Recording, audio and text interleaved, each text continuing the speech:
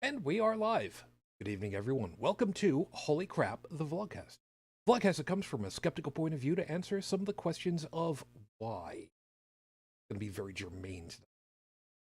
This show started as a combination of spite and the Streisand effect because, well, get bored. Comes down to get bored. And, what else are you going to do on a Saturday night after drinking too much coffee and can't get to sleep until, 3?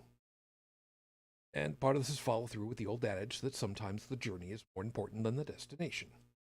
I'm your main host. I'm known as Shujin Tribble. You pretty much find me everywhere under that name, Shujin, back with you.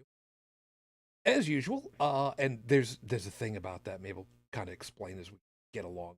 Introducing you to the folks for this evening. As usual, from the Midwest of the U.S., Brigid Fitch. Again, full name. I'm good so far. See, when I'm drinking orange juice with nothing else doctored to it, funny enough, I actually remember what my job is. Hi, good morning. Hi. It's almost morning here, but not quite.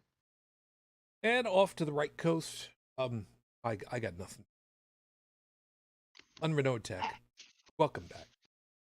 Thank you. Well, on a positive, I figured out that if you take certain kinds of dry rub and you mix it into a 5-cheese blend before putting on the pizza, you get an amazing barbecue pizza.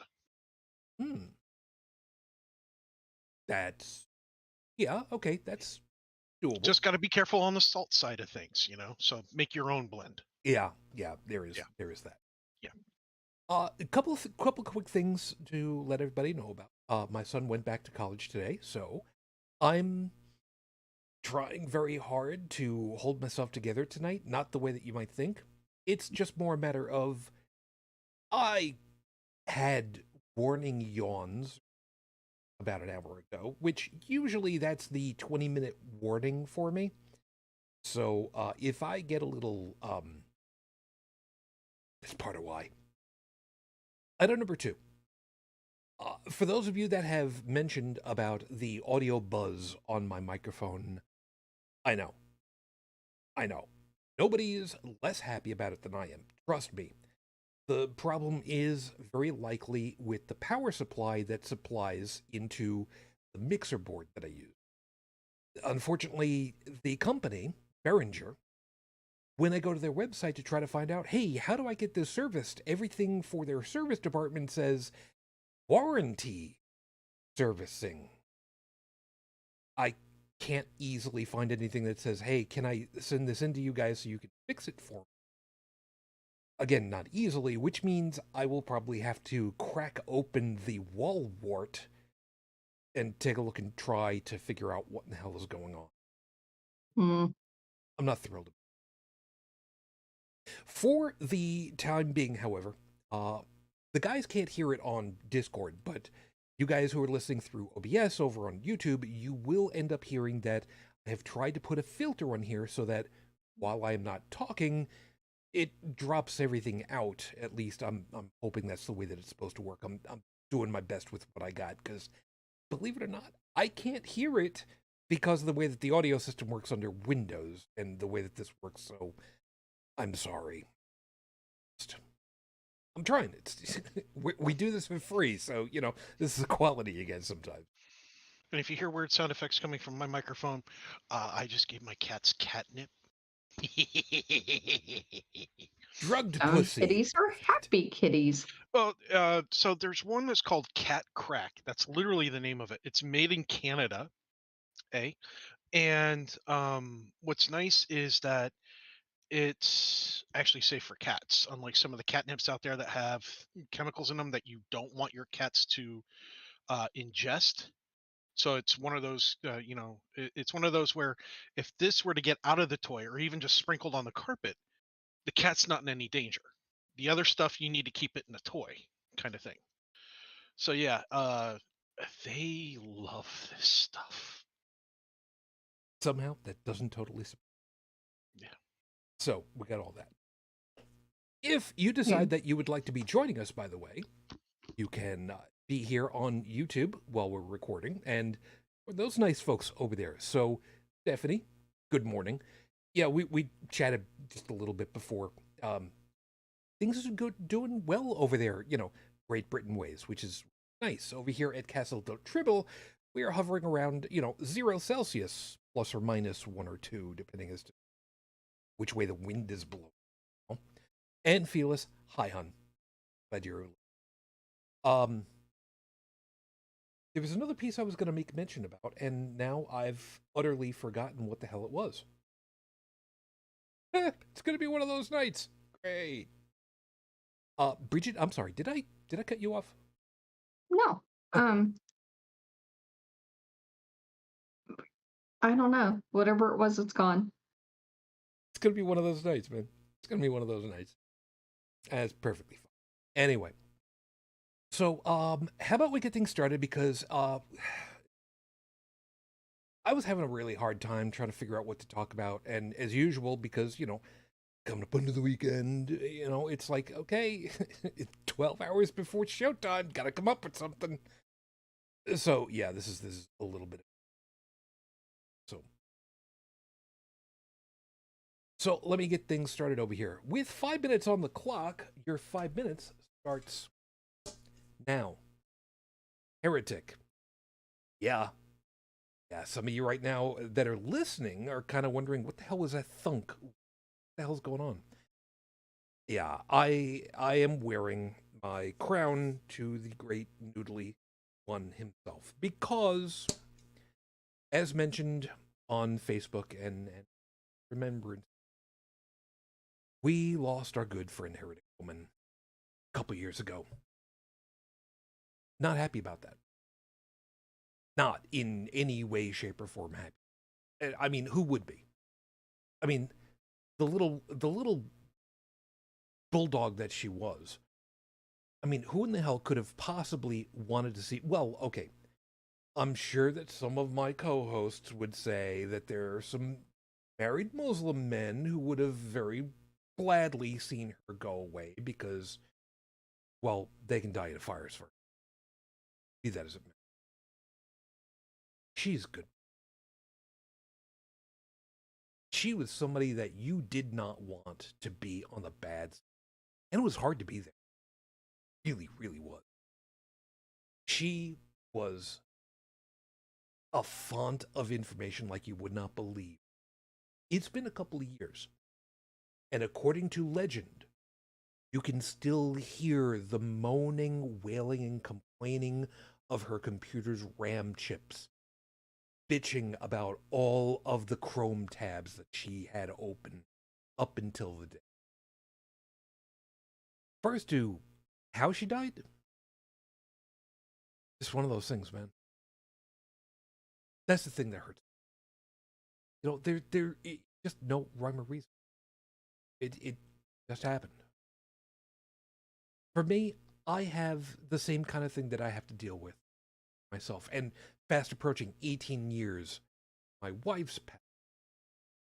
The cancer just kind of happens. There are times, yeah, where there are factors that go into it, causing it, sure. But, there's some people that could be a pack a day, 2-pack a day smoker for 20 years, and, they go in for a checkup and they don't even have a cough to their name. And then other people who, they had a couple of hits off of marijuana and it screwed up their brain chemistry enough that they've got, stuff.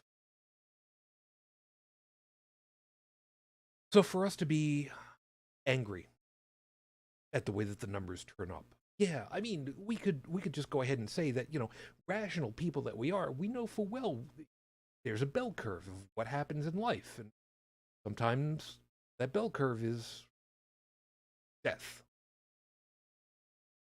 I mean, we know full well that from the time of our birth, the chances of us dying get progressively higher every day, every minute, every hour that we're alive, because inevitably that is going to end up. Question when. The bright part about our about to share sometime. She was great. She was tiny. Redhead had all the spit and spunk in the. Okay, probably saying spit and spunk at the same time in the same breath for her probably would not have gone over well. She would have been laughing, cackling the whole way down, and rightly so.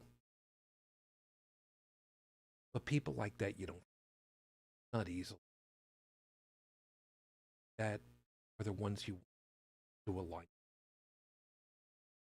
Because people, they're us. They're the ones who have said, enough of this bullshit. Here's how. I may not be able to live up to that kind of legacy. Well, very many of us can. But I'll do my best to keep her life in our memory, collectively. Because trust me, if there is any way whatsoever that she would come back to haunt my ass because I didn't, they think I want to take that chance. I know. It's not very rational. But it's exactly the same kind of fun. It might.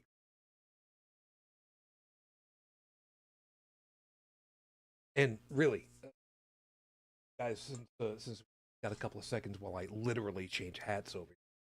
Yeah, you tell me. Would she or would she not have all kinds of fun if she could come and haunt the shit out of me just to be able to say, not telling people about me, the hell's wrong with you? Tell me she wouldn't do. Honestly, I think she would have other things to do.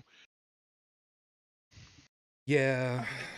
If first off, if she could actually haunt you, that would mean that there actually is an afterlife, right? Yeah. Which means for some reason Houdini never contacted his wife. No, Which means it was his.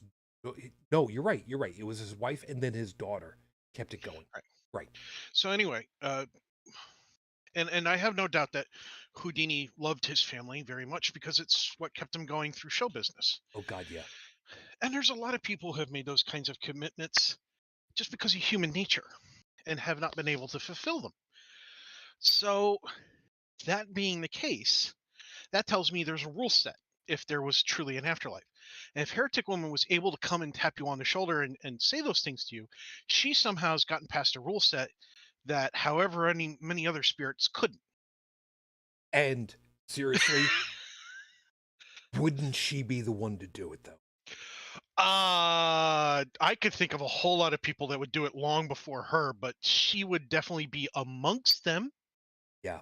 I would like to think that Carlin would find a way, but that's just me. No, actually, I think Carlin wouldn't bother because he probably had enough of humanity right before he passed. Yeah, it's a good argument.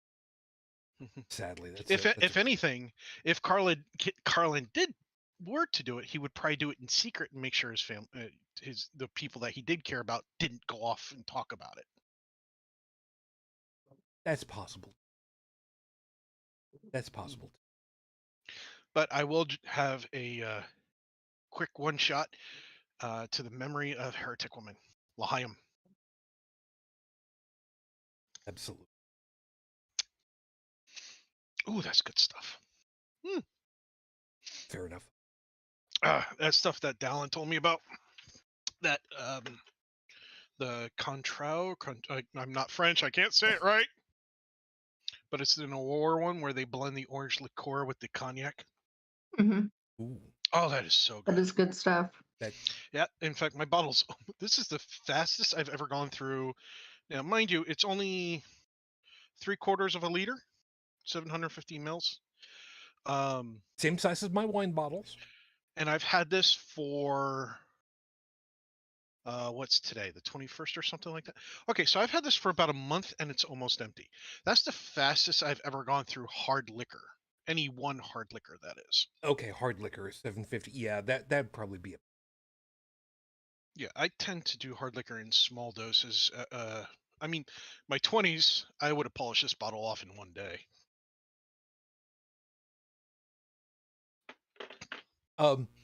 I probably would have done it in one day with a friend. Let me No, correct my statement, that's because I fine. drank with friends in my 20s. I didn't drink alone. No, that's fine. I'm trying to find a nice way of saying, well, you're twice the man you were then, but that doesn't come across the right way. I know what you meant. It's okay. All right, It would have been good to bring to a con. that's true. Yeah, this That this would have been, the bottle's beautiful too. cool. That actually works out as a great segue, believe it or not, to the horrible scope. Plain, because there is a very special bag most people should have when discussing this. You'll figure it out. It's time for the horrible I know scopes. where you're going. And But I was just going to say that cons are so much fun because everybody brings something different and you kind of like share with everybody. there, And there have been some, nice surprises. I mean, I've had the coin chart that he's talking about before, but, had people bring the Fireball cinnamon whiskey or the uh, Jack Daniels honey or whatever, and people just share. yeah, do. Um, The sharing's nice as long as you have your own cup. Well, yeah, But you always get that one idiot who decides to take a swig out of the bottle and ruin it for everybody else. not always. it, it there is something to be said for that. I Most people were good about bringing cups and just passing the bottle around. Yeah, and at ReasonCon, I was very proud to be able to share my. That was Yeah. so. Let's go ahead and do this. Have the horrible scopes. So, for those of you that know what your astrological sign is, cool. Those of you that don't, grab up a D12 and roll that because that's about all it's good for. It Or if really you is. want the new age stuff, there is the D13. There's also a D7, but most people have already got, um, pencils that they can roll. And by the way, this week, yeah, D7 actually looks like it's pencil. That's exactly the design for it with 7 sides. This week, I know I have it. I was asked for, quote, something good and something bad. And there was no rhyme or reason as to who it was supposed to be for or to what degree. So basically, I was supposed to do the Thanos snap on everybody, but to somebody. So I decided to do the nice thing. I completely randomized everything. Thank you for allowing me to roll D12s and D20s for half an hour straight to figure this all out. So with last week's... Yeah? No, I'm sorry. I was chuckling. I apologize. So with last week's D20 theme, let's roll for attacks. Let's see who ends up rolling a natural 1. Fair warning. I made sure there were no duplicate D20 roll. Aries, you rolled a 10. This gives you a disadvantage against your random encounter with, yes, I rolled randomized for all of these, a flying snake. Good part is that it'll be attacking from above. The bad side to that is, unless you are intentionally looking up and you tell your DM this, you're about to be attacked by surprise. I sincerely hope you are not the healer of the group. Taurus, you rolled a 16. Since your random encounter is with a giant toad, you should be in relatively okay shape. Crouch down, put a shield in front of you, and prepare to slit its belly with the dagger when it jumps over you. Unless it starts singing the Michigan rag. Thank you. There's a certain age limit where that joke works. Hello, my baby. Hello, my honey. Hello. No. Now I got the dancing frog in my head. Thank you. Think, by the way, you think you're laughing now. You're going to be the last on the list. Congratulations. Oh, really? Wait for it. You got first. Okay. Who's on second? Or what's on second? Sorry. Gemini, you rolled a 19. And trust us, that's a good roll because your encounter is with a dire wolf. The best thing you've got going for you is it's alone. They are fast, will try to knock you down, and might have more hit points than you do. You best pray to the great God Murphy for 3 more rolls like that, or this is going to be a short game. Fun fact, I have seen a party of noobs TPK, total party kill, by one dire wolf. Yep, like I said, the great God Murphy better smile on your ass, because Lord knows that dire wolf won't. Cancer Moonchild, you rolled 18. And just like Gemini, you're going to need that because you just met a lion. And if you think backing up to get a better defensive position is going to help, you're out of your freaking mind. With a 10-foot running start, lion can long jump up to 25 feet. Your best bet is to charge into it and hope for a really, really good crit roll. Leo, you rolled a 17, which is honestly kind of a waste. You're matched up with a crab. One crab. One silly little 2-hit point, dumber than a bag of hammers that would squash it, that crab.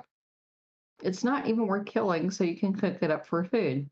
Just let your wizard's familiar kill it for the XP. Virgo, you rolled a 6.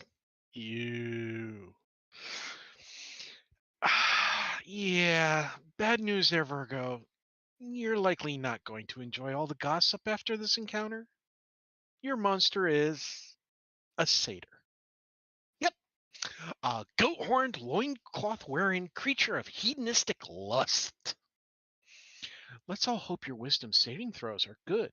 Otherwise, your party won't see you till the morning. And just a little metagame there. I would avoid the whatever's in the mug that the satyr's drinking if it offers you it.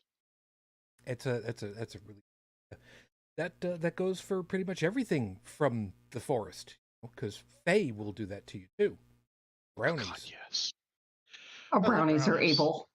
Brownies are great. You bake them in the oven; they taste great. Okay, now see now. See, at least I put loincloth wearing. I could have put barely loincloth wearing. Actually, I should probably change. Libra, you rolled a. It's not a great roll. It's not the worst against a harpy. Since they can sing to charm adventures, you might want to have the magic user cast silence on the party so they don't get charmed. Just remember, Fireball will roast all its feathers and cause all kinds of havoc to it. Yeah, if you want your party member to cast Fireball, do not silence your party member. Silence the harpy instead. No.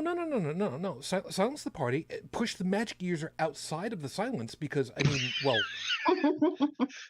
that only it depends on how you've done silence. You can do silence in a sphere of an area, or you can target with silence. Well, no, you target whoever's got the biggest torch.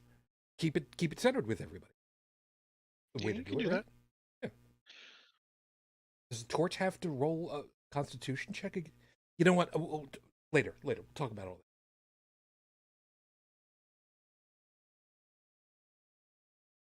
Brigid? You got Scorpio. You rolled a 3. A freaking 3? Really? You know what?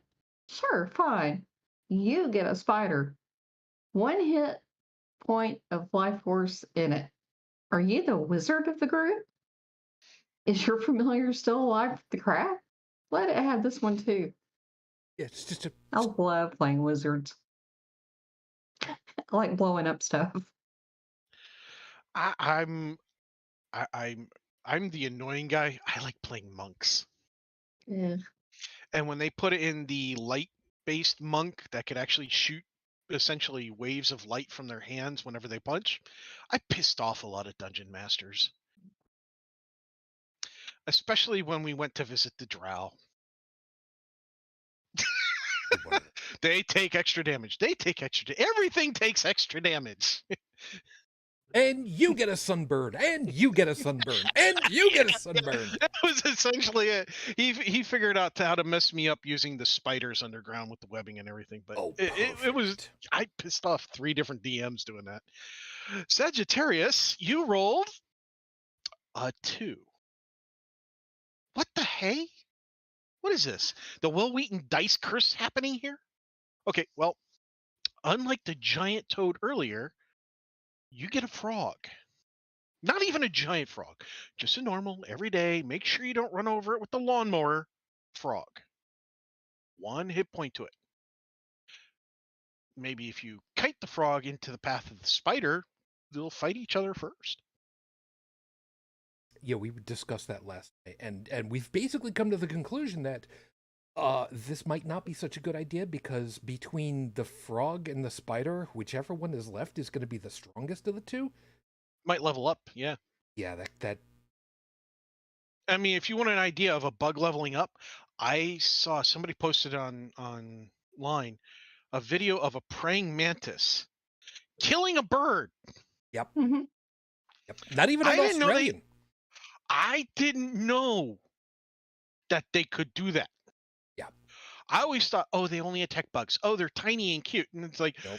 It can kill a bird. That's a loss of a hand for me? It's a little bird, mind you. But it was a bird. But it was a bird, yes. Orb weavers will be able to do the same thing, but then again, birds are kind of stupid and fly into them. Orb weavers. Capricorn, you rolled an 8. This might end up well for you. Might not end at all. Let's hope you're on dry land, because you're going to need that advantage since your foe is a merfolk. They are elegant underwater, no lie, and sure, they can breathe air, but with only a tail instead of legs, they're kind of hobbled long range. Throw a bag of salt at them and hope your DM has a sense of humor. Aquarius, you rolled an 11. Well, this is an overkill roll. Rat, you got a rat. A simple 1 hit point rat. You're going to need to kill it yourself, since the wizard's familiar is just sick of your laziness at this point. Just kick it or something. Just kick it. Did you poke it with a stick? Did you read ahead? Yes, No. No, you don't have to, but I'm really hoping that you know what to do. Go for it, man. You Pisces, you rolled a 4. Well, 2 was a frog and 3 was a spider, both with about 1 hit point each. So say it with us now. All with us. What's the worst thing that could happen? Congratulations. Your random encounter is with, drumroll please. Wait. I get it. I'm waiting. I can't hear anything, man. It's going. No, it looks like you're doing something else in the video. Anyway, congratulations. Your random encounters with a Triceratops. 95 hit points, 50-foot traveling speed, attacks to gore and trample. If your next roll isn't in that 20, just burn your character sheet and call it a night. Those are your horrible scopes for this week. Remember, if you got something that you liked, you freak, or you were one of those people that got lucky and fed the familiar. By the way, I do need to inject. On the YouTube stream, your drum roll came through just fine. It was quiet, but it came through. Yeah. Discord to Discord, the Discord algorithm filtered it out for us. Well done, Yeah, Discord. that looked really awkward. It looks so awkward. I was just like, what are you doing? You told me to wait. I do not think this is what we were going for in the show. Oh my God. Yeah, you see this? You see this? Yeah. I see nothing. I see nothing. Those are your horrible scopes. I see nothing. I know nothing. Not the first time I've been able to say that about you. If By you the way, if you look in the show notes, there is, or in the notes section of Discord, I put roulette dice from Kickstarter. Somebody figured out how to do a randomized dice spinner device. maybe Yeah. we'll add that for fun. Yeah. If you would like a nicer or nastier horrible scope for yourself or someone else, all you need to do to feed the beast is ask, because I work cheap that way. Real cheap. I live off of vanity, basically. I'll have these posted as usual at the end of the week. Tumblr, Twitter, Facebook, Discord, or whatever hasn't imploded by that point. By the way, the last ones, I did check on Tumblr. The last ones that were all like D&D themed, I actually got a number of D&D centric Tumblr posters who took notice of it, which was pretty cool. I don't think I'm gonna make a living off of it anytime soon, but hey, it's there, so that's that thing works around. It is episode 437 on the docket, Your Honor. So what's the point? It's basically all I could come down to, because it is a new year, which, by the way, you know, happy bunny year to all of you that celebrate. I didn't do anything for Chinese New Year just yet, but you know, I've been busy. Maybe I'll defrost some you know, pork, make some pork fried rice. Because I mean, pork fried rice. Trust me, it's easy. But beyond that, really, you know, it is the new year. It is the new calendar year. It is the new Chinese year. So it seems like a pretty good idea to just kind of back up, take stock, double check what it is that we think that we're doing, and really remind everybody, this is what we do, this is what we are, this is why we're here in the first god place. Because you don't kind of lose track of that easy, because just too damn much stuff. So, the long and short of it, we're here because there are people who believe in multi-millennial old fairy tale myths and refuse to set it aside for modern day life in the computer age. You know, that's it. Roll credits. We're done. It's pretty well what it comes down to. Okay, maybe there's a little bit more to it than that. Fine. We keep doing what we're doing because there are literally people. We've all come up through religion in some way, form, and we've stepped out of it after whatever took us out. There are plenty of different ways. And we're of the people who are to basically say, look, you want an opportunity to kind of think about why these things are, how they happen, why they happen, what set of dominoes came into effect to set you down the path, one way or another. You know, we'll talk you through. We'll explain the way that we see it. You don't always see it the right way. You don't even always see it the completely factual way. But what we do is try to give folks who might be questioning, might be wondering, am I right?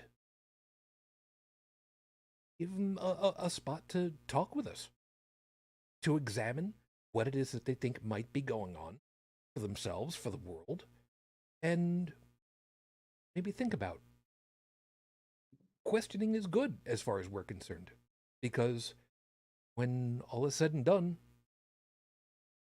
let's see, how did he word it? Dr. Feynman, I believe he worded it as, I would much rather have and I would much rather have questions without answers rather than answers without questions. Just want to be able to give everybody an opportunity to say, I don't agree with you, but let me find out why you think that way so that, well, let's see what comes of it from. So let's give you a real quick recap. I was born in Brooklyn to a Roman Catholic family, Italian mostly, mostly from a family of immigrants. I grew up on Long Island in very much a Catholic area. I went through catechism. I went through all the stuff up to and including, by the way, there is even a thing in Roman Catholicism for just before you get married. So all that religious teaching and whatnot that you go through for, years and years and years until you're like 16 and you go through what's called confirmation and you promise yourself to the church for the rest of your life. Yeah, at 16, you're supposed to be able to make that kind of a decision for you. Nice. And, well, I was a true believer. I basically became an apatheist because I just care. I went through the Roman Catholic thing for the wedding for my wife because she grew up with it. She wanted to do it. And, well, it just, over the years, it just became a matter of,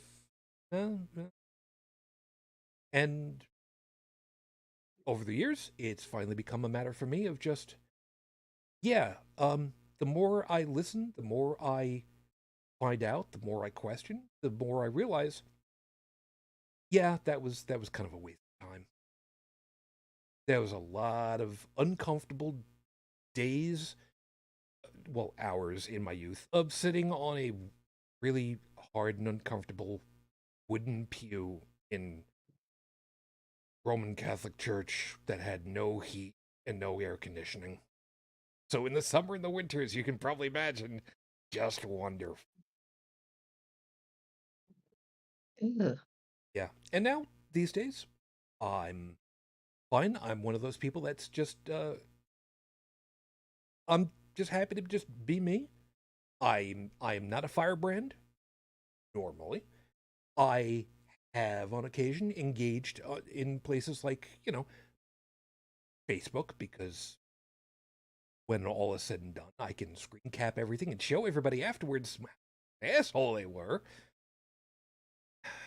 But like I said at the top, I'd like to think that I keep the spirit of Heretic Woman alive in some of the stuff that I do. I'm not nearly as good as she was, and I don't make my RAM scream because I don't have so many tabs open at any one.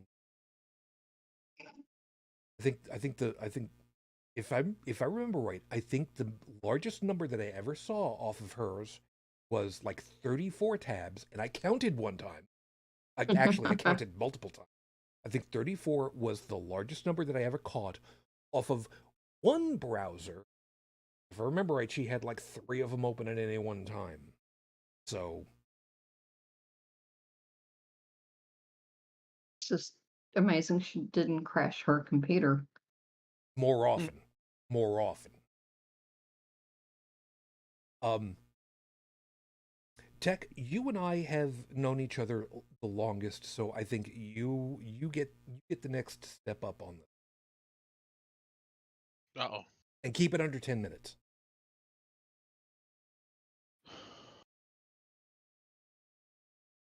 I'm done. And you wonder why you can't have a second date anymore. Oh, that was so below the belt. It was. At least with the drumsticks, you were making a motion. I'd made another motion. I smiled at you. I don't know. What do you want me to say? Well, you got involved with this whole damn thing because, well, obviously it wasn't for the huge paycheck involved. No, I think it was a series of reasonings. So, for example, I remember your Wednesday night shows when I would listen to them being played through my BlackBerry while I was using an instant messaging utility, a third-party utility that tacked into IRC and all the other services that had any kind of API availability. And in the middle of the night when I couldn't sleep, and I remember us doing like the quiz shows and all sorts of stuff, and then that slowly progressed into us conversing more often. You expanded your shows out, and then you came up with the idea for this show. And when you asked me, at that point in my life, I had gone through a whole lot of hell. I had gone through the custody battle. I had gone through the child support stuff. I had gone through changing of jobs. I had gone through losing the home I was in and having to move. I had gone through a lot. And I had a lot of revelations that come from going through a lot of hardships in life. And the way they force you to rethink the things that are going on. And when you told me about the show, I was like, this is something different. You know, I can say something, I can have a chance to speak and be heard. And I don't know who's going to listen. And yeah, part of me got that little bit of that ego of going, ooh, you know, who knows? Maybe we'll have viewership like some of the greats. And then I realized, oh, it's me on here. No, this is that's never going to happen as long as I'm on the show. So, which has really surprised me. You haven't kicked me off yet. Because I know I got things wrong in the past on different episodes, especially in like the first 100. Went back, corrected myself, but you know how it is. It's just like in the newspaper when they got something wrong, even if they put the correction on the front page, nobody paid attention to it. Because you know everybody so many people go with the first impression and never go to correct it. Unless they get hurt by the first impression eventually. You know, or hurt because the first impression was misleading. Like, oh, that's a nice person, and they turn out to be a very nasty person, take serious advantage of you, and then you reevaluate who that person is. But it was. I saw the show, the format that you were talking about. I didn't, and I thought I could roll with it. You know, hey, it's just 2 hours. It's midnight. I'm up anyway. What the hell? And so it was a little bit of what the hell, a little bit of I had anger I wanted to get out. I had things I wanted to say, even if nobody listened to me. I wanted to throw ideas around with people that, at least one person that I definitely respect. But if anybody gets the misunderstanding, I have respected every host on this show. In terms of their opinions, what they had to say, what they had to offer, and everything else. I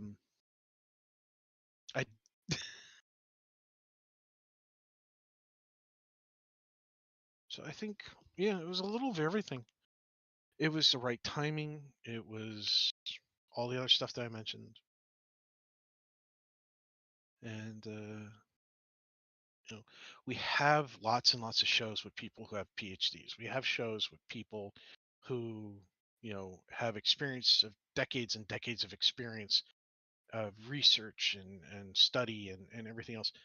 And at the time, I want to be part of a layman show because that's what I am. I'm just a layman. I'm jack of all trades. Oh shit! I'm a bard. God damn it! Fuck. Well, you say that, and then I have to be the one to remind you. High enough? You know, we can work on that. We can work on that. You know Hey, who has Bart, you can, know who has a better charisma score as a bard than I do? Everybody. Uh, uh, Enchanter. no, have you ever seen the animated series called The Legend of Vox Machina? Oh yeah. Yeah.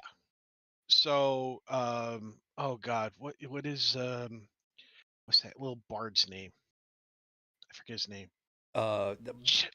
Tool. Might as well just call him Tool. No, no. God damn it! Don't do that crap to me. Yeah, I know who you mean, but I don't I haven't watched the series enough to No, I've watched the series enough that I should remember, and I love this stuff. But the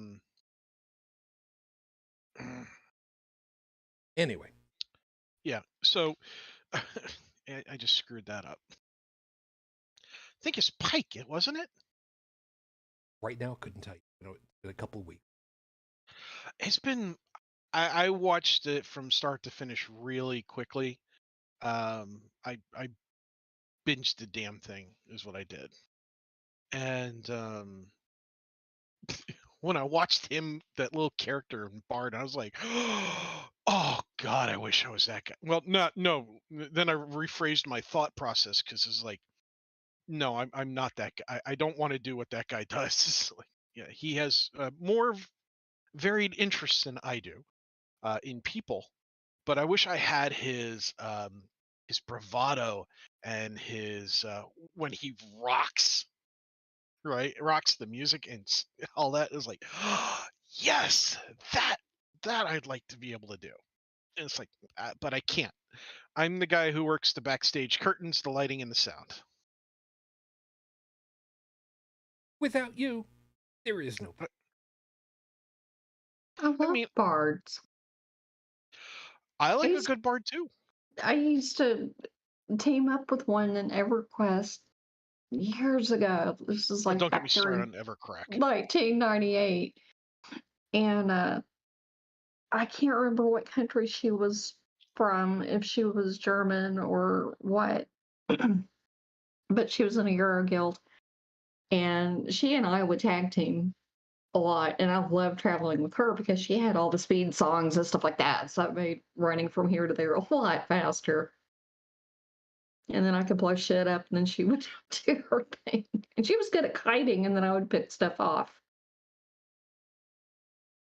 My only success as a bard, my only success as a bard, was I decided to play a dragonkin bard who was lawful evil, so think Darth Vader, Okay. and or a politician, and I'm sorry. Would you stop repeating yeah, yourself and just go on, move on? yeah, exactly, who played the bagpipes. And what I did is I was the designated distraction. And I distracted a whole building of bad guys into focusing on just me in a situation where they weren't technically allowed to fight me with any kind of weapon because I wasn't using a weapon.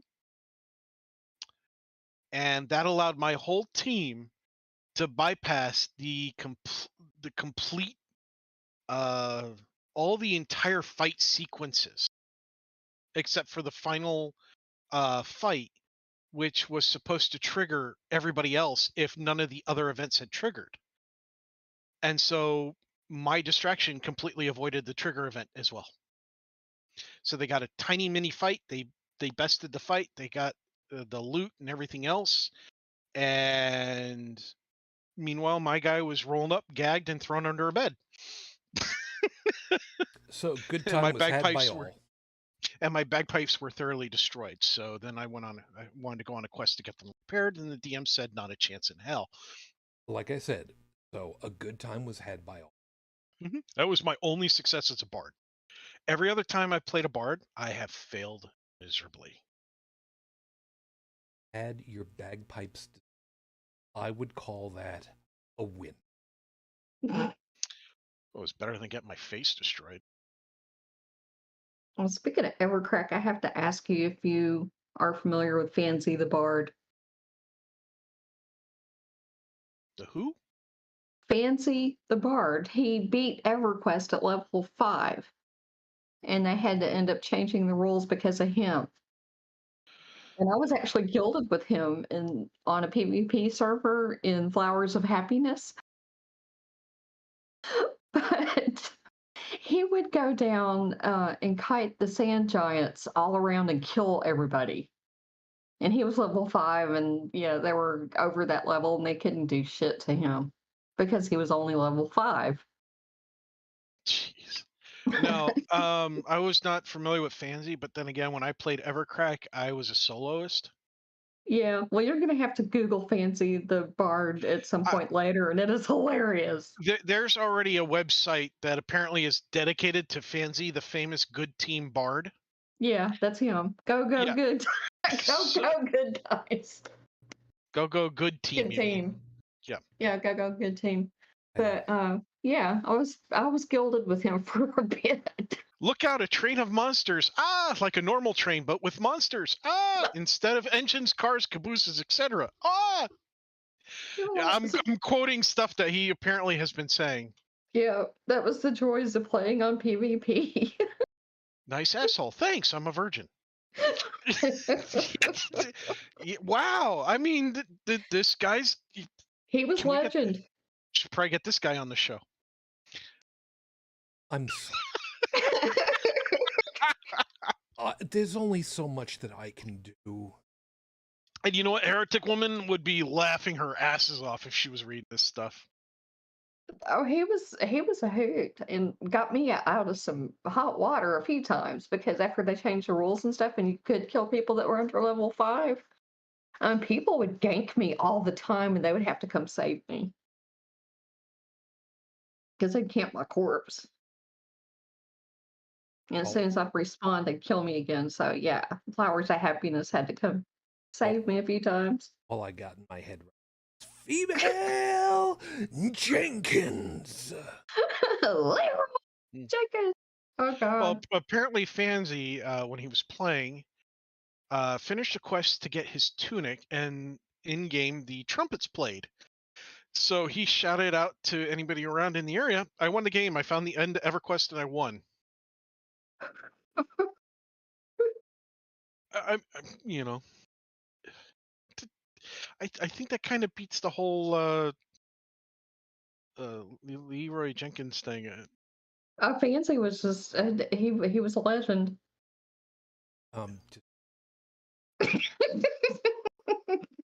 Oh God, he did the "You've Got Mail" quote.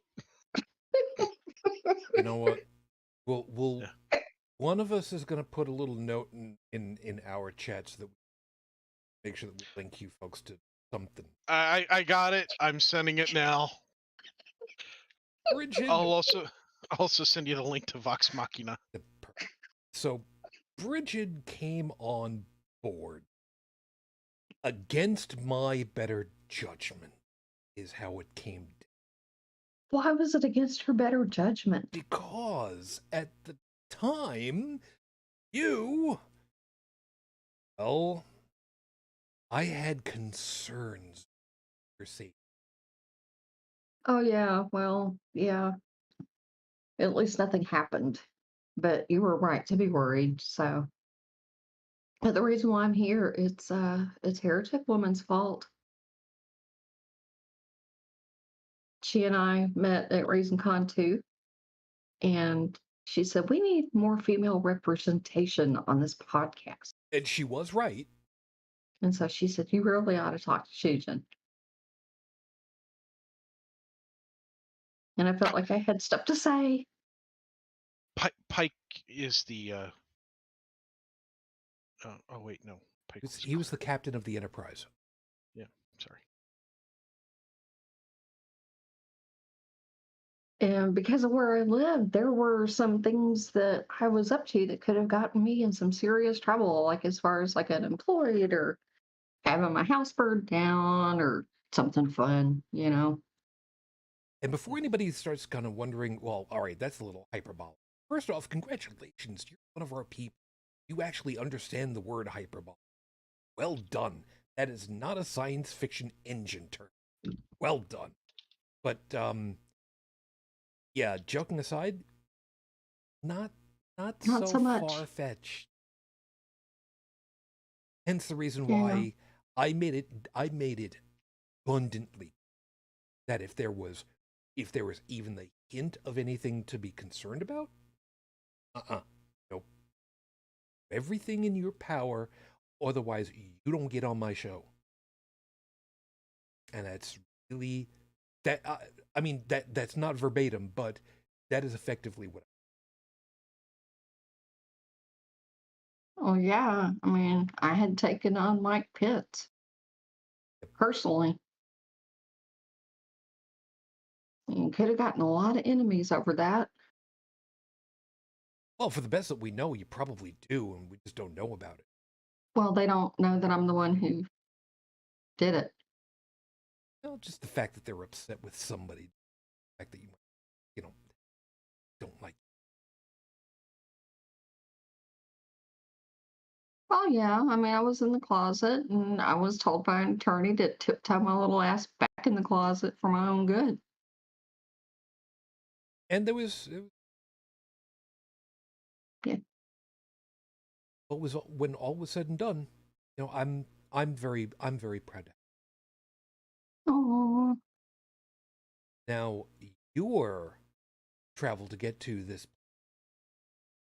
yours is the one that disturbs me the most because, yeah, I was brought up Roman Catholic because family, the family obligation, because immigrant family, well, couple generations,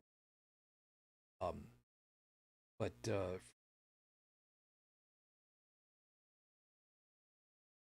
yeah. I was fundamentalist all the way and still have problems with it. Like this whole modesty culture thing, I still struggle with that.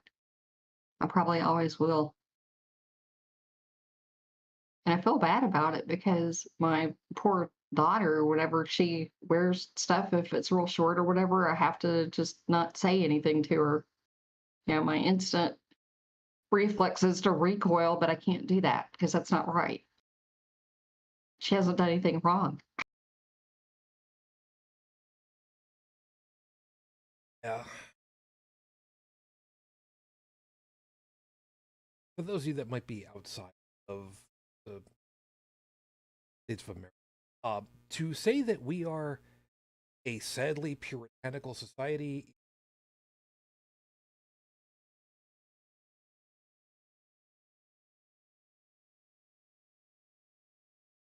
Yeah, people used to laugh at me when I was in my 20s when I was working because I still dressed like something off Little House on the Prairie or something, which is kind of sad. I don't think I can say anything right now that um, won't be taken the wrong way by somebody. So I'm just going to go ahead and say, well, I've never seen photos of you back then, so I don't know. I'm just glad you are who you are today. And I know that there is at least. All right, I'm going to get away with this one. I'm going to get away with this one just this once. I gave you a t shirt to wear after we slept. Did. Before we even slept together. That's what I can get away with saying. That's what I can get away with saying. Jeez. Now, would you like to explain to the studio audience what it means? Or would you just like everybody to just go, We can leave them hanging. that's perfectly fine. Like too ripe fruit. You snore. Yes, yes, I do. There's Shujin's very few people that know that about me. You're lucky. If you're intimating that this was the easiest way that my wife was able to stop hearing me snore by dying from cancer, I'll let you know I never. It's my story, and I'm sticking with it because I never heard it. So, by the way, yes, I am allowed to make these kinds of jokes. Black humor sometimes is all we've got. And truth be told, I've completely given up on the whole. Well, would she laugh at that? You know what? If she does, I'll assign myself some antipsychotic medication. Thank you, because that's tick. Well, me being a Rush fan girl that I am, I got a T-shirt that Shujin brought me that has mush on it, and it's from FurCon. Yep. Yep. A couple years back, the nice folks over there at Fernal Equinox in Toronto, they did con shirts that instead of it being Rush, it was Mush. So they had kind of the logo on it. They had the faces redone as anthro dogs, wolves. I forget exactly what it was, but it was. I mean, considering that it's Toronto way, and Canadians, and up there near Airport YYZ, leave. You kind of the thing. And I brought an extra, and it was like, here's. And I've worn it so much. It doesn't have holes yet, but it will eventually. It will, and that's perfect. And now, okay, so the reason why that's this story is, believe it or not, important, because we were lucky enough, she and I, that we got the chance to meet face to face, actually in person, in what's otherwise referred to as Meet Space. Yes. Anybody remember that? Anybody? Yep. Remember. But yeah, we met face to face at ReasonCon. Unfortunately, at this time, as of the recording, the last Yeah. which we really would love if it were to happen again, but we'll see. I mean, it was 2 years between the first two, so I mean, it's been a few last ones. Yeah, but the reason why it's important is that we were lucky enough that we got the chance directly. Tech and I have never had the opportunity to actually physically meet each other yet. That is an important distinction. Yet. But we still have friendship. Even though it's quote unquote virtual friend. No. We connect. And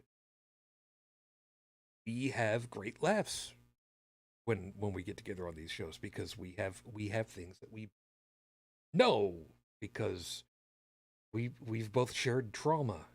The tech circles. There's trauma when you work in the tech circle.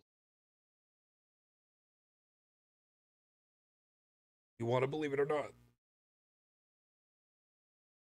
you are still right. You're not chiming in to say, yeah, bad things that happen.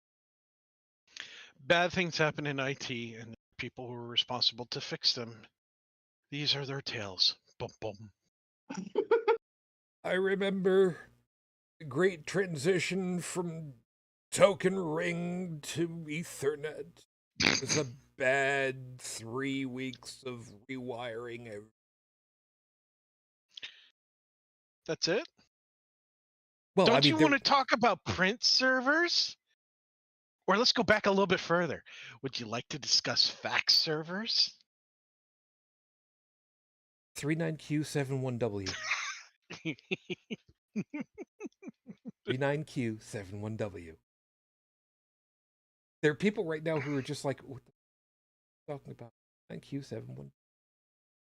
That was the code to unlock fax program. I forget which one it was. But we used WinFax. WinFax. Because we used to sell it. That was the same code for everybody. Air license. Yep. Once you know it. And the thing is the enterprises figured it out pretty quick. The home users, on the other hand, well, most home users weren't setting up a fax server. Most. But there were a few. Yeah, no, I remember WinFax. Well, I remember WinFax Lite. Yeah. Yeah, because why not install bloatware on Yeah. woefully underpowered hardware from Gateway. Well, you know how it was. I It's know. the people in charge of the finances couldn't understand why they couldn't just, use the same thing over and over again like everybody else did. Being kind of like I do. I read. No, I'm not talking about making use of what we have because we're within financial limitations. I'm talking about the CFO deciding not to go forward on that server purchase because they don't think the way we think, because they refuse to see what we see. Even if we were like, I forgot, like, how many times did I have to write up a validation of why a certain server needed to be purchased, why the money needed to be spent, how that money would actually end up saving money, and how much it would cost to not get it. And then them going, well, this can't be right because, if you're spending money, blah, blah, blah, anything that they would jump around to anything that's possible as long as it didn't come out of the budget. Yes, the days before people Yeah. understood that return on investment is actually a valid line item. And of course, companies got away with throwing so much at IT's department and hitting them, and nobody standing up for IT, that departments started killing their training budgets. So now we have people who work for companies, and the company goes in, it's like, okay, yeah, you're going to be a financial, you're hired for the financial analyst department, blah blah blah blah blah. And then they go to IT and go, my computer's not working. Okay, what's wrong with the computer? Well, I can't add these two numbers in Excel. You work in finances. You should know how to add two numbers in Excel. Well, stop being difficult and show me how to do it. It's like, no, I'm not going to show you how to do your own damn job. You should know how to do that. HR should have qualified you. What the hell's wrong? This is not me. And then they complain about IT not fixing their computer, and suddenly IT is the bad guy. I have had those fights. I have not backed down from those fights. Now, believe it or not, this actually does properly segue back. Because we have been in the unenviable position because Heretic isn't here to pull her own goddamned weight because we are in the unenviable position being able to tell people that want to go ahead and tell us that they know the truth, life, the word, or whatever platitudes. For us to be able to go ahead and tell them,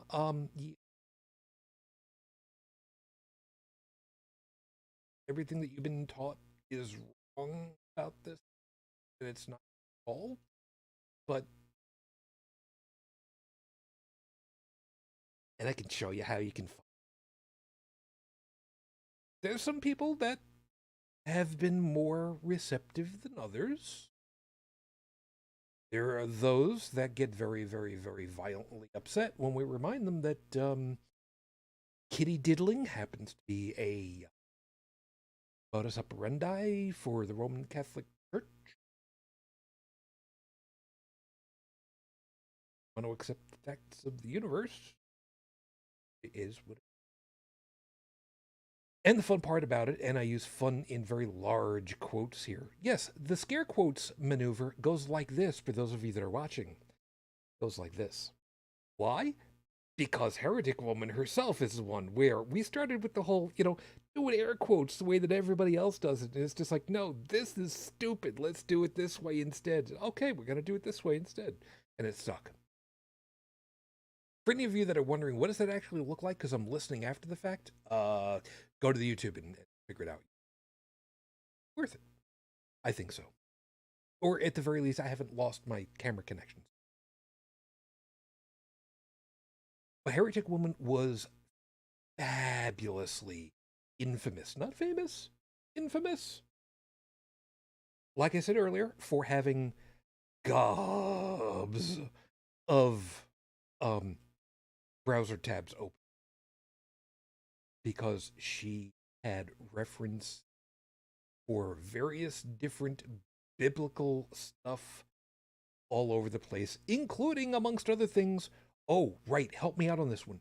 She had a Word doc, I think, or rather, where she had been cataloging very specifically Quran information, so that when these people jumped on her, attacked her on profiles on Facebook and whatnot, she was just like, "Oh, that's going to be this particular argument. Cool, I've already got that one labeled. Highlight, copy, paste. This is your argument. This is the answer to it. What else do you got?" And went around and around and around. Some were just Joe average schmucks. Some were religious, Islamic higher people, priests, whatever the terminology would be, and help me out. How many marriage proposals did she get that were rescinded within like 3 days because they got upset with her? That She laughter? was pretty blunt. That laughter says that the answer is greater than 0.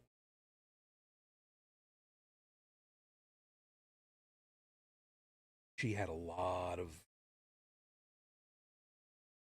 people that she pissed off. She had a lot of people that she infatuated and then pissed off. She had, well, you get the idea.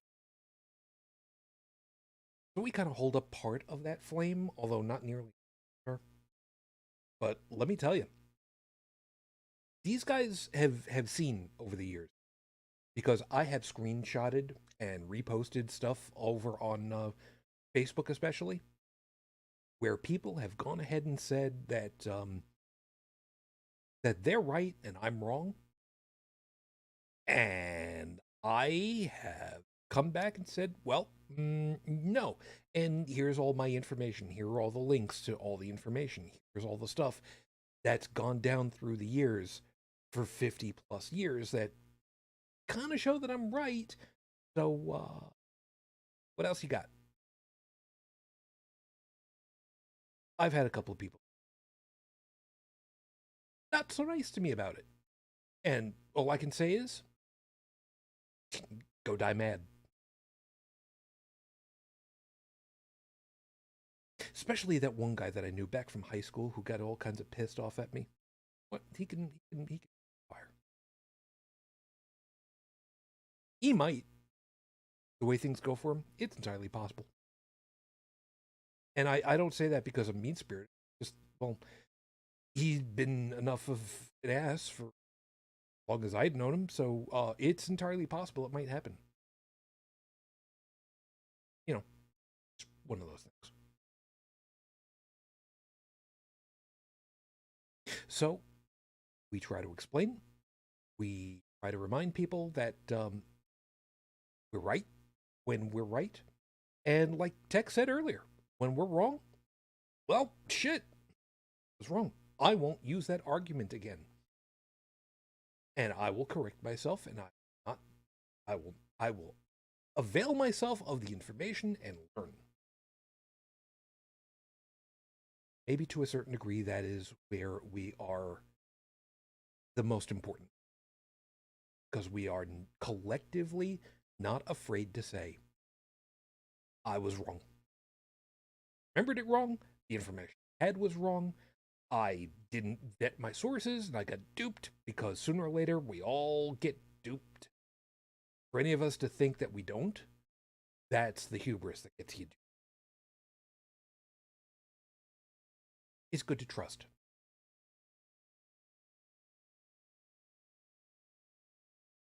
So we do our best. So I've just realized I've been monologuing. God, that's not a good place for me to be when I'm tired. Drinking the last of my orange juice. Yeah, that's going to be the last of the orange juice. L'chaim. No, I shouldn't say that. Too late. Said it. Said it poorly, too. Well, that's what happened. You don't have enough phlegm in the back of the throat. Otherwise, you get it. That's my joke, and I'm...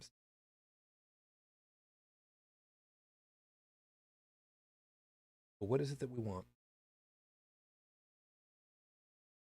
You know, I'm going to tell you what I want and what I don't particularly care as far as the show is concerned, because it's proven myself.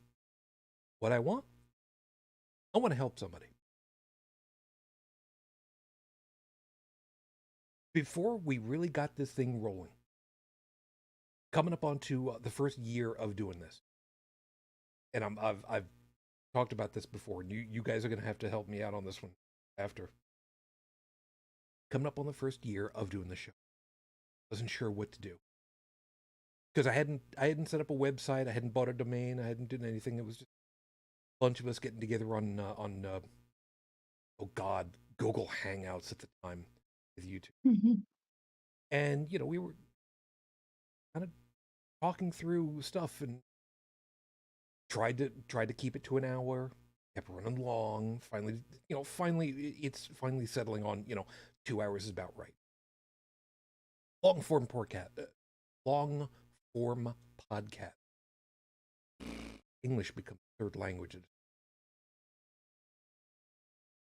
And I asked Cash from Atheist on Air. And some of you are kind of wondering, well, who's that? Atheist on Air was a podcast, and it was more than just a podcast. Had a good time, good people. Cash is good. I do keep in not exactly regular contact, but I check in on him every once in a while if I don't see anything posted from him to check, make sure he's okay. How is he doing? I haven't checked in on him recently. Last I had checked on him when there was a spell of nothing going on. He let me know, yeah, I'm okay. Everything's cool. Okay. You know, I am the type of personality where I trust the people that I concern over. That if they tell me they're okay, okay, I'll take your word. So Cash had been doing Atheist on Air, which it was fun. My God, it was and I asked him, as we're coming up onto the first, what do you? Basically, I asked him, what do you suggest to go with it, to get about it, and he told me, and I'm gonna be somewhat paraphrasing. If you threw money at this, say you threw, $2,000 into this endeavor, and you only ended up helping one, and you knew you weren't going to get any of that money back, and you're probably going to end up throwing a lot more money, a lot more elbow grease, a lot more sleepless nights about it. Would you still do it? Knowing full well you're not going to get any of that back, but you will have helped one person. And you probably won't even know about it. Yeah, of course. Then, brother, what the fuck is stopping you?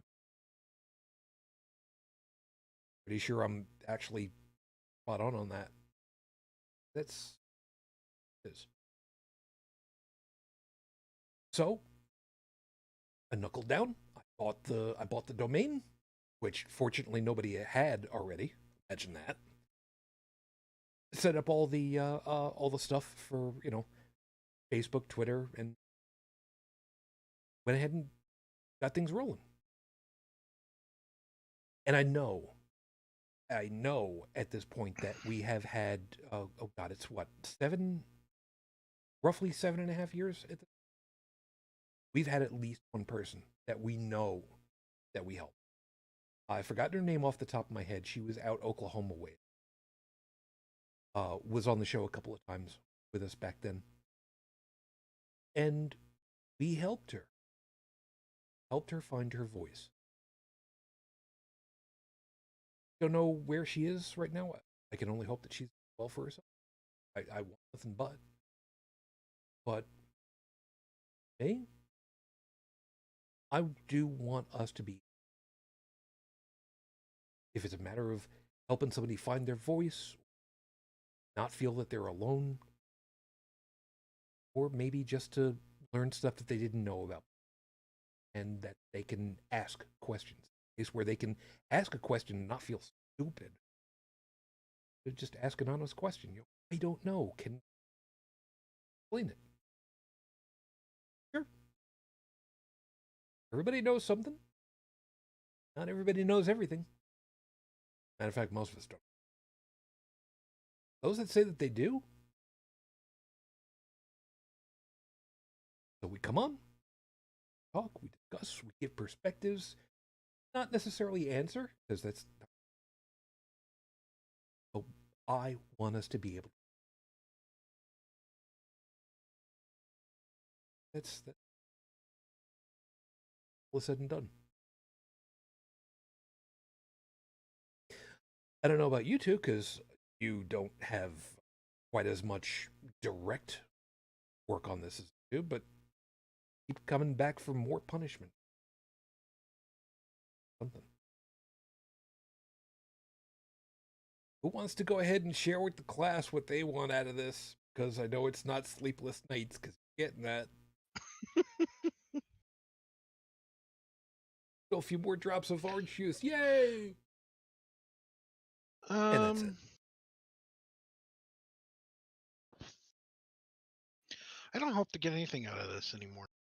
I just hope to be able to better contribute. This is not a give me. This is more of be here for others if they need to bounce around ideas, contribute what I can when I can, and camaraderie. Sorry, can never say it right the first time. It's all right.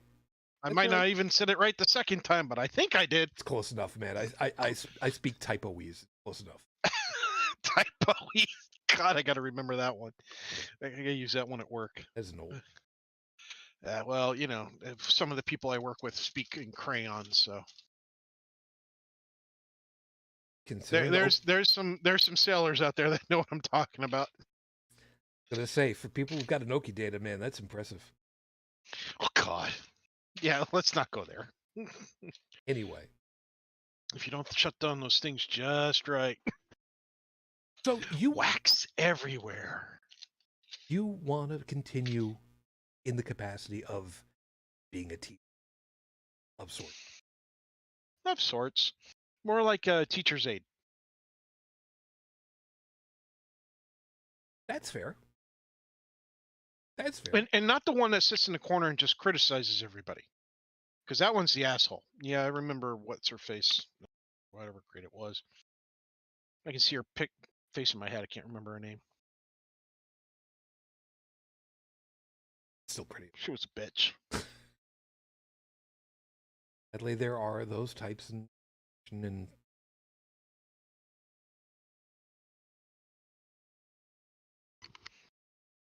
Brigid, like I said, I know full well it's got to be a matter of sleepless. Got to be what you get. Well, I mean, it's okay. I have a problem with insomnia anyway. Okay. And I kind of like hanging out with y'all. Well, I'm trying to figure out the nicest way of explaining that. If I could blush, I would, because that sounds. Oh. It's nice to think that maybe we're just your way of coping with crippling sleep deprivation. Guess that's going to be helpful. Well, fine. I mean, yeah, we have helped some people, but it's also helped me as well. Yeah, there have been a couple. Actually, there've been a couple of nights.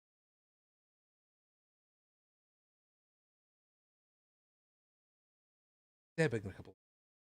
Which, I mean, sideways, were it not for you, I probably wouldn't have ended up going down to reason. Aw, All these folks. Thank you on that.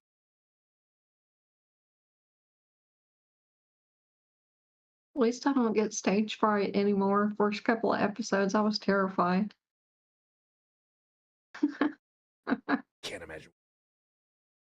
Just us. I know, it's just, I was. It's all right. It's all right. You got better. Yeah, yeah. Happen very often, but every once in a while we can't shut her up. That's true. Of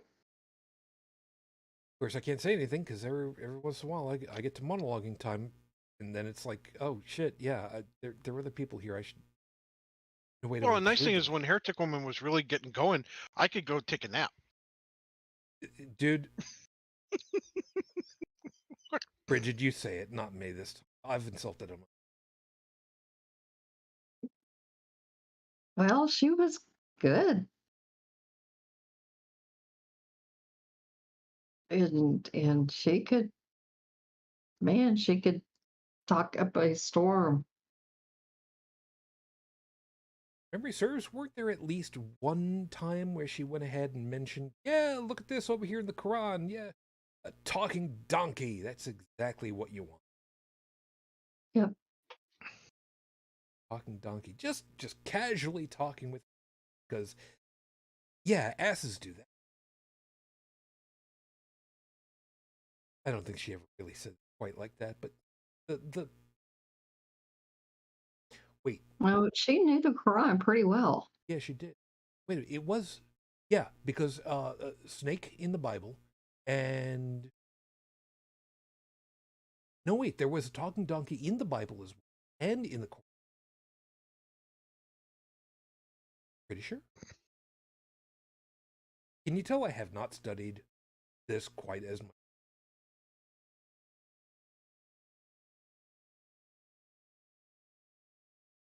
Oh, is what it is. But yeah, you're exactly right though, man. You get her wound up, and it's just like, well, I'm just gonna sit back and just turn my microphone off for a minute. Somebody wake me up when she.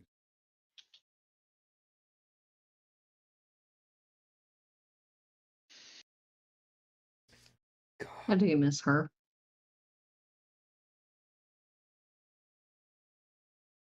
By the way, as far as the animals in the Bible go, we had the talking donkey. We had the Serpent. snake. We had the serpent. Um, ironically, depending on which translation, they really botched that one the fuck up.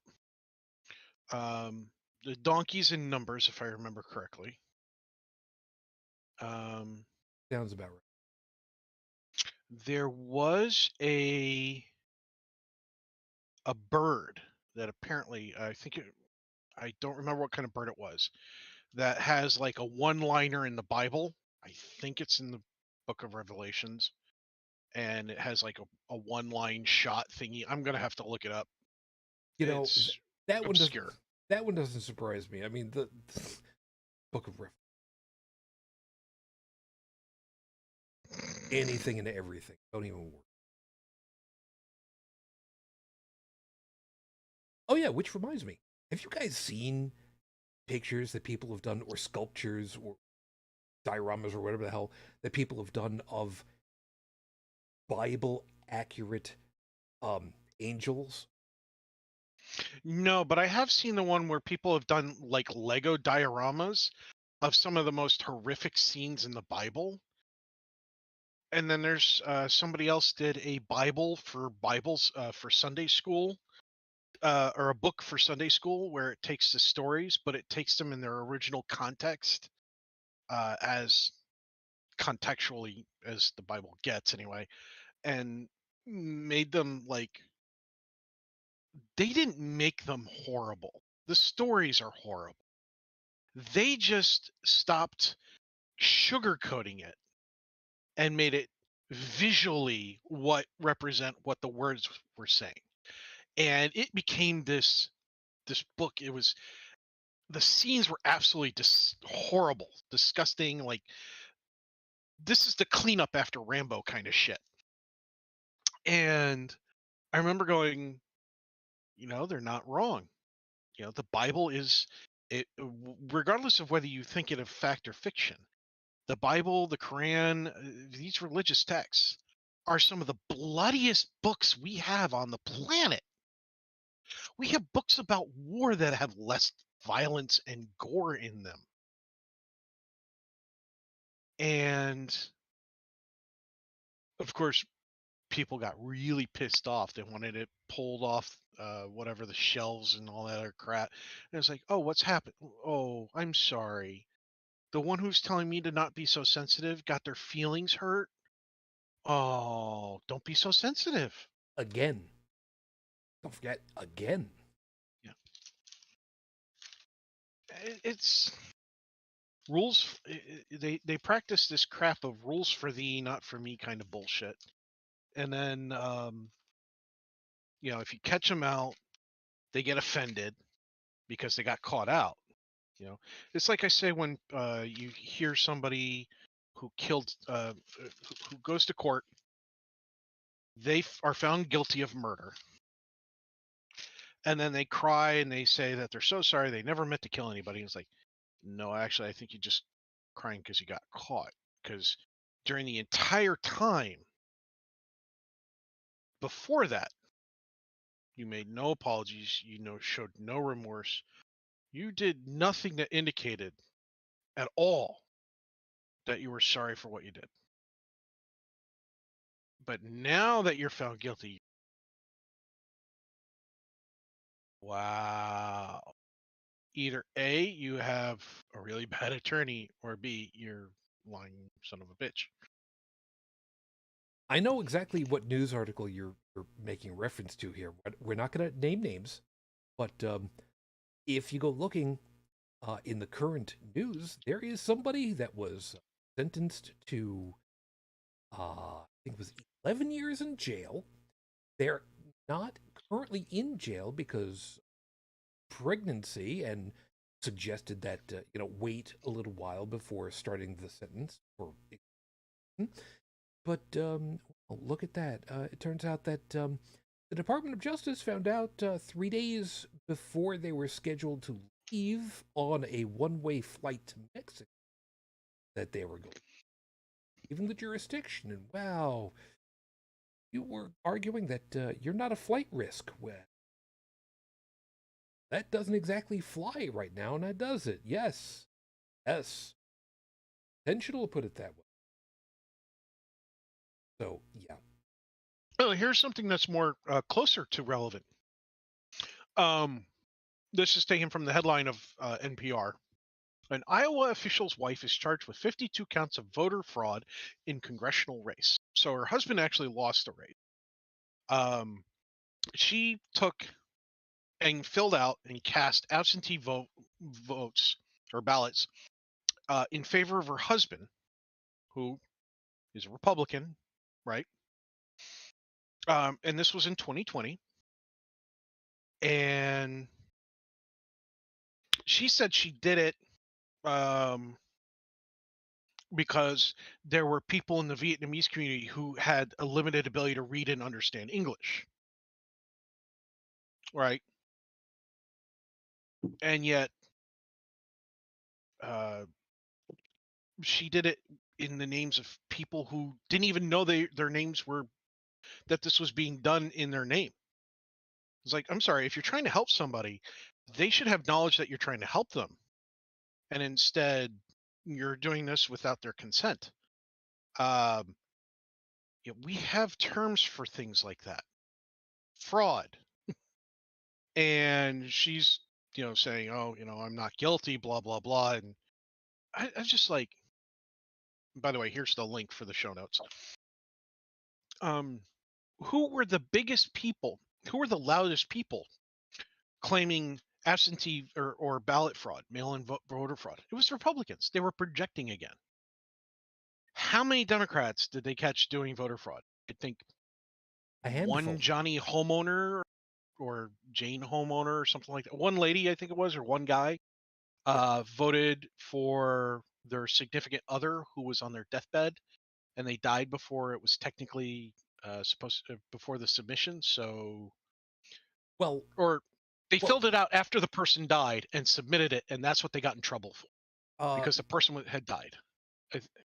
if I'm remembering the same story, and by the way, as far as to how many Democratic people were found for voter fraud, again, it was like a handful of folks. But the story that you're referring to, if memory serves, woman filled in her ballot from her deathbed, sent it in via mail. It was received. She died before election day, but because of that, they removed her ballot, arguing that because she died before election day, it no longer counts, even Okay. though it was already sent in and accepted otherwise to be counted, which was still inside the time frame of when it was. I still have serious that particular, but the hell do I know? You know, I'm not a lawyer. Oh, yes. Yeah. And by the way, Stephanie had pointed out, from what you were saying before, Tech, they are not offended, they are embarrassed. Yeah, that's great. That's an absolutely great way to say it. I would love to be able to say that you're right, except over the last few years, we've come to find out they don't care. It's not that they can't be embarrassed, it's that they just don't care. Well, that's not entirely true. Some care. There are plenty of people who do bad things for good reason. Okay? I'm waiting. A lot of politicians don't care. They're in it for me, greed, greed, greed, and all that. A lot of the billionaires don't care. Not all of them, but a large sum of them. Like a lot of people would say, "Oh, Bill Gates is just as bad as Musk or Bezos." And it's like, no, no, no, no, no, no, no. You're arguing apples to rotten oranges. Um, there are rich people who have done good things with their money, and then there's Musk and Bezos. Um, so let's not go there. Okay, there are quite a few billionaires who have done truly horrible things. That's another show. But the point is that I have met Republicans who just general people, right? These are not people with PhDs. These are not people who are running for political office or billionaires or anything like that. These are just like you and I, who really do want the country to be better the way they remember it. And I don't mean filled with racism, but they remember when racism wasn't a big topic. They remember when it wasn't being shoved down their throat because a lot of racism was happening elsewhere, wasn't happening around them. It wasn't in the news every day. And what they're fed up with is the constant news barrage of all the racial bullshit going on. And by racial bullshit, I mean how we as a country overall are mistreating people of diversity. Okay. Whether it's sexual diversity, skin color, background, whatever. Okay. Mental health. I don't care. Any form of diversity, they get mistreated. They get prejudged. There's a lot of nastiness going on, and there's more of it in the news now than. And they want quieter time. And let's be honest, if we put into place a lot of things that took care of that, if we put into place good mental health support, if we put into place laws that protected that ensured the same protections for gay, bisexual, for the LGBTQ plus community, for um, people with different backgrounds and everything else, so that everybody had the same protection, right? And the police calmed the hell down and stopped shooting people that didn't need to be shot, didn't put their, and so on and so forth. A lot of that stuff in the news would calm down. and they would have that. But they can't believe that because they're so used to listening to the people who used to not lie to them, who are currently lying to them, and they have trouble believing that they're being lied to. Heck, I know for a fact that the Democratic side has lied as well. I don't take the things that the Democrats say as gospel. I don't take anything any politician ever says as gospel. I mean, I don't think any of us do. at first, when Joe Biden was saying that, he's the most friendliest president ever the out of all the presidents, he's the most friendly towards unions. At first, it was like, okay, it's a nice thing to say. I hope he is. I have union history, and I'm fully supporting unions. And then when the whole thing with the trains, I was like, dude, you're friends of the union. Just nationalize it and get it over with. Nope. He screwed it up. Basically kicked him to the curb, so to speak, because he was more interested in financial incentives than the human element. And that really bothered me. That was a big letdown. And so when people were like, fuck Biden, I was like, screw him on that one issue because he screwed a lot of people. He screwed a whole bunch of people. People are critical to our infrastructure. However, he's done good too. And I can't only look at one side of the coin anymore. It's like looking at Trump. It's like there is very little positive I can say about the man. Very little. But his administration did get one or two things okay. That's saying a lot for that administration. Yeah. But they did a lot of bad things. They made a lot of mistakes. And not the kind that were like, oh, well, nobody could have predicted that. No, it's like, no, we could have predicted that. We did predict that. A lot of people predict that, and it happened that way. And it's like now Biden and team are trying to fix it, and they're getting pushback on the fixing process because they're on the other side of the seats. It's like this shit's gotta stop, man. Yeah. So when I see when I meet my fellow people out in public, and they're dyed-in-the-wool Republicans, it's like, well, hey, aside from the fact that you're a Republican, how do you feel about gun violence in the schools? What do you think we could do to better resolve that? And if I hear them say, well, just arm the teachers, I know who I'm dealing with. On the other hand, I've heard of people who are devout Republicans say, yeah, we need gun reform. There are Republicans who say we need gun reform. The problem is nobody's listening to them.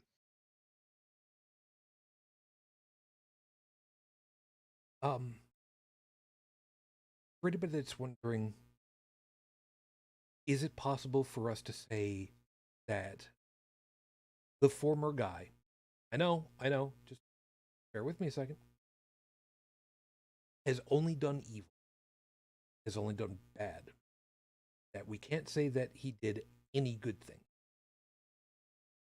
Might I remind you, we can collectively agree in a very, very specific slice. Hitler, wait, just give me. Hitler I know where you're going with this. was excellent for Germany's economy.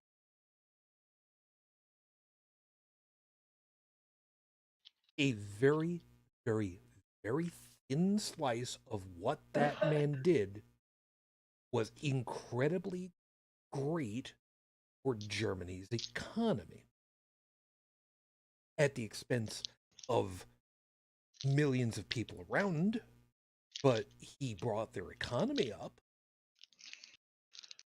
Now, and the problem is that people will hear that, and the ones who have the knee-jerk reactions, the ones who allow their response to literally lead everything that they do, are saying, "You're talking about positively about Hitler. You're a Nazi. Everything you say is invalid. Yeah, blah blah blah blah."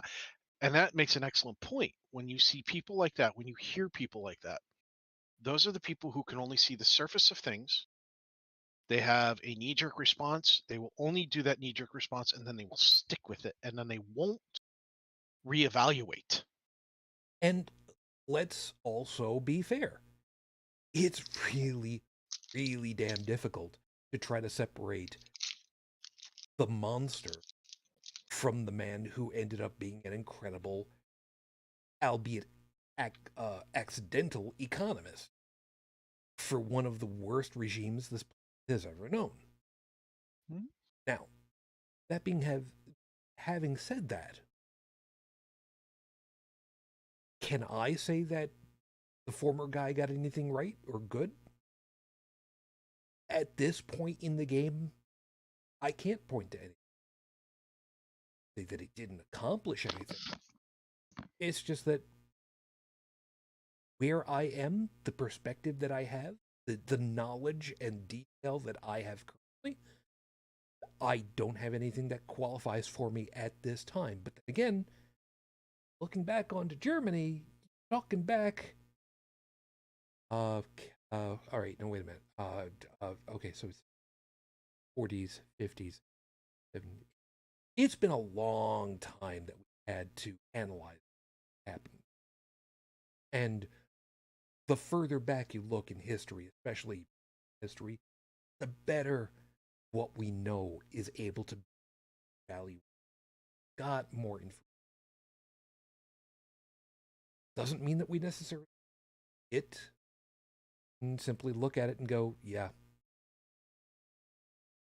take everything out of the equation, but the rest of that equation's kind of important.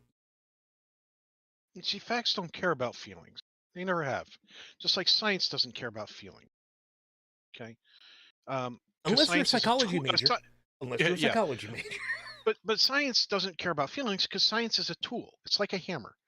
Okay. It's not a religion. It's not a belief system. It's a system of different tools. So it's a giant tool of a collective that is designed to help us understand how things work. Okay. If you want to understand how the sun works, that takes science. If you want to understand how the stars move and the planets move and the galaxies align up and everything else, that takes science, not mysticism. It takes science.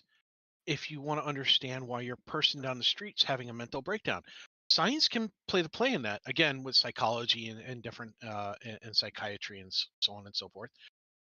But emotions aren't linked to pure rationality.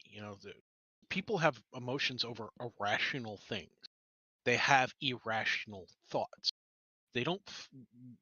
We are meat and we are animals. Okay, we are not computers. We're not Vulcans. Well, they have emotions too. Hold on. They repress it and have, yeah. So anyway, with getting out of the science fiction side of it. Nerd card! Yeah, yep, we were waving our nerd cards.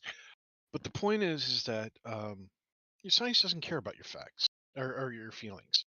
So when I hear somebody say F your feelings, I was like, oh, are you going to be providing me with factually accurate or scientifically or empirical evidence of something? Or, have you used particular science tools to give me facts that are accurate and so on? Or are you just telling me screw my feelings because you have a different opposing viewpoint, however you got there, and you refuse to acknowledge that I have a different viewpoint than you?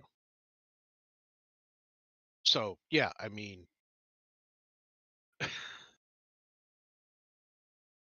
it's all over the place, man.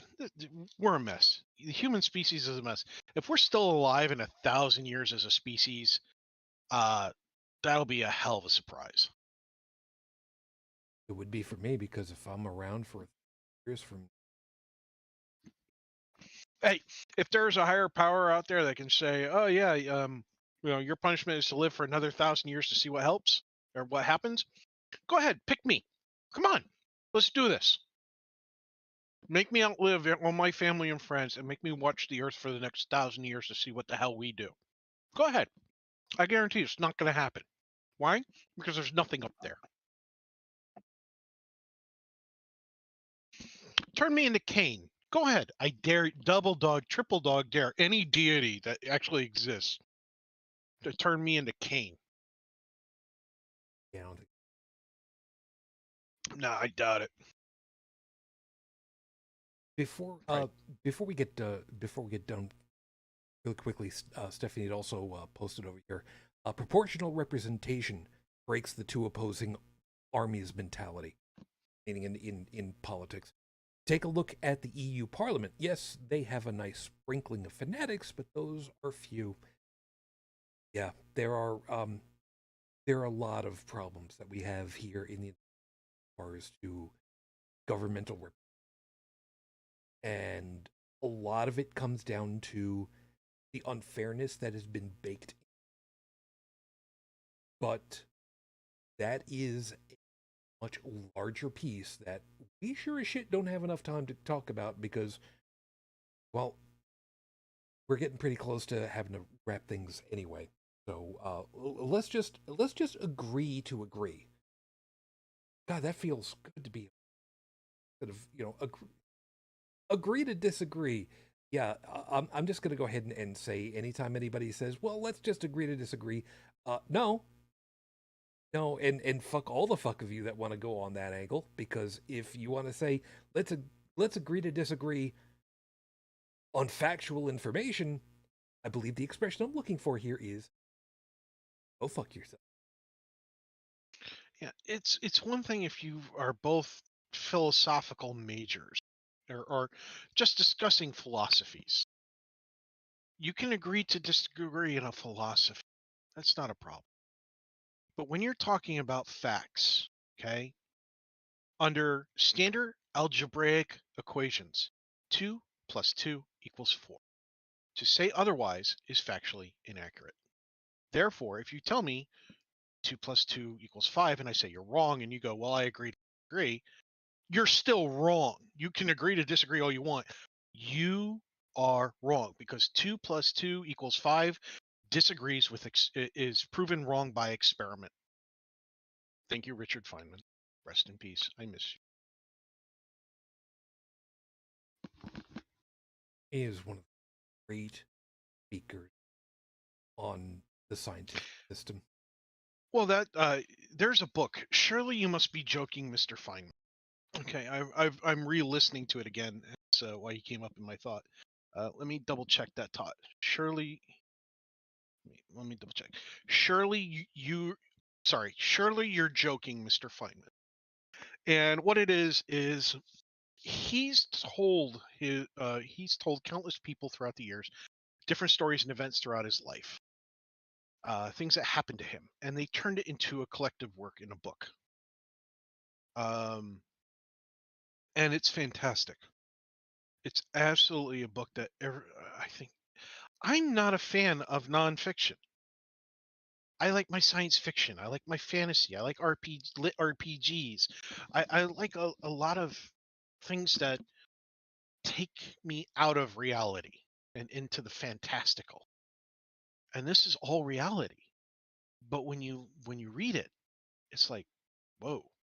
He was telling stories about Los Alamos that you're like, no, there's no way that we couldn't envision the kind of lack of security that they had around the material, the documentation such of making the atomic bomb. Okay, but he talks about the safes and their padlocks and bypassing them just by jiggling a bar and all that other. But in one of his recordings where he was brought in to teach a class and they had recorded it, he told the class really specifically, if it disagrees, it doesn't matter how beautiful your hypothesis is.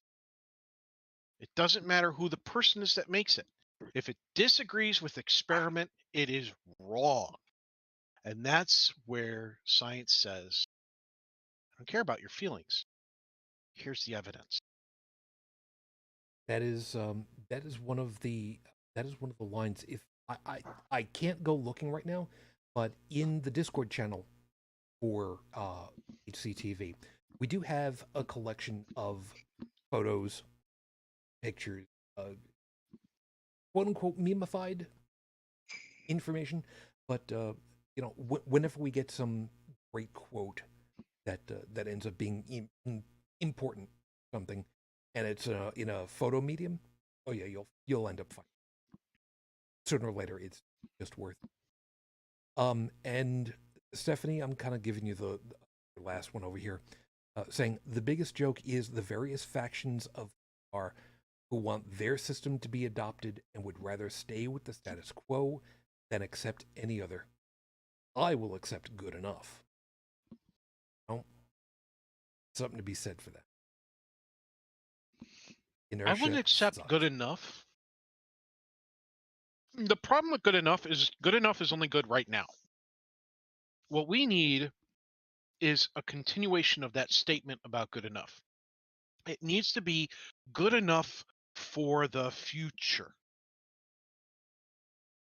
We need to look ahead and stop just us.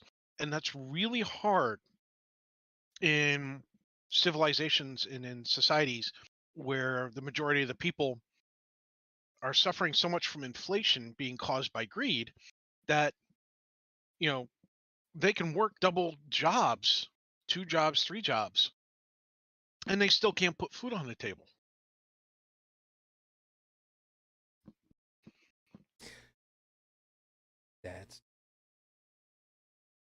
We need to go ahead and wrap stuff up over here. So I'm just gonna wrap us together really quickly with just thanks for believing in us, and all of you, for whatever reason, found something worthwhile with us. Seriously, we thank you. We do still hope that we're. So, as always, everybody, again, thanks for being with us. It's just going to be one of those. It's just going to be one of those closings for now where the tired is getting into my brain, and it is smoothing out, and I can almost detect it happening. That's not a good. I still have some work. So let's just call it a night for right now. Stephanie, Felis, guys, thank you. I know it's only you guys that end up showing up time, but the only one. Know full well that there are several people that end up watching the videos afterwards. One comment. So please know that you are now. Thank you very much. Tech, glad we were able to do. And as always, I'm looking forward. I didn't fall asleep. Yeah. This time. Well, how it is. As soon as we have a guest on the show, that's nap time. Yeah. Let's not do that. That was a joke. I've done that once. Yeah, but you didn't snore into the microphone. No, but I was nodding off on the camera. I was in Canada. Well, I've nodded off on the camera. Again, you didn't snore into the microphone. No. But I was tired. It happens. Anyhow, take care of yourself, man. Have yourself a good, safe week, and hopefully a relatively dry one, because it's been soaking wet up over here. Above and below freezing, just enough where everything is mud up by me. Take care of yourself. Brigid, you're not asleep, so you have no excuse. Who gets your big flying asshole award of the week?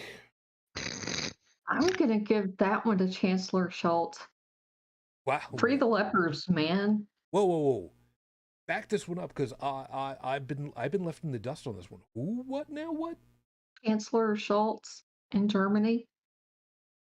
And his whole, he doesn't want people to send Leopard tanks over to Ukraine for whatever reason, and people have to have permission. People in other countries have to have permission from Germany to send them. Just go fuck yourself, man. It's gonna be more people dead because of that. Something tells me I missed out on a news story, and I'm probably going to end up finding out about that tomorrow. All right, then. That's fair enough. I think I want to add one, and I think this is going to continue to be a running thing for anybody that knows about it, and you should. Mr. Santos, you can go fuck yourself all the way back to Long Island. Oh, he's such a joke. Oh my god. The guy was in drag in Rio, and Nope. you know. Never mind that piece. For, if nothing else, tainting the name Santos, which I had only ever heard in the realm of President-elect Matthew Santos on the West Wing. Oh, yeah, by the way, season 7 spoiler, Matt Santos does win as president. If you haven't watched the West Wing, I'm sorry I've spoiled it. Sorry. You really should watch that. Yes, people should. Excellent. And you know what? If anybody does not have access to the West Wing themselves, sign up for an account with Plex for free and let me know. And I will share the West Wing so you can watch it from my server. I'll make that offer. Anyway, you all have yourselves a great night. We'll be looking forward to seeing you again next week, right back here, as time permits. If you want to get the audio version of the show, or if you'd like to be in contact with us over on the website, holycrapthevlogcast.com. As mentioned, we have a Discord server, so links for that are in the show notes, so you can at any time like. Phone number, if you'd like to leave a message, 859-HCTV-554, 859-4288-554. And again, just thanks for being with us. Thanks for being with this little project that we do that virtually nobody hears about. But you know what? Keep plugging away. Why? Sooner or later. So, you all have a good week. Healthy, please stay safe. If you can get them, get N95 masks, please. I got a bunch of them for myself and the little one.